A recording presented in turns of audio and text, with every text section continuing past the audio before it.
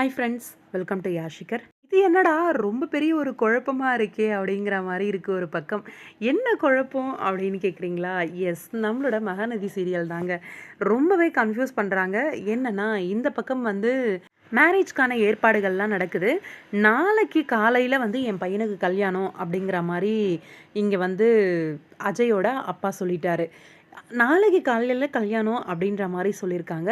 இங்க என்ன பிரச்சனை அப்படின்னா, நம்மளோட விஜய் இப்பதான் காலையில வந்து இறங்கியிருக்காரு.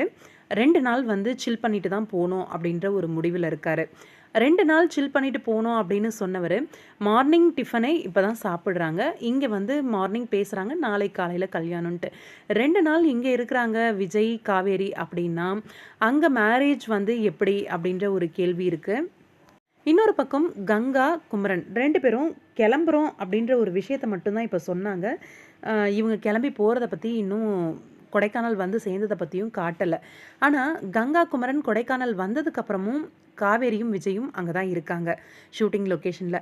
அப்ப இந்த மேரேஜ் எப்படி? இந்த மேரேஜ் வந்து மேரேஜ்ல விஜய், காவேரி 2 பேரும் கேஷுவலான காஸ்டியூம்ல கோவில்ல இருக்க மாரியும் அப்டேட்ஸ் வந்திருந்தது.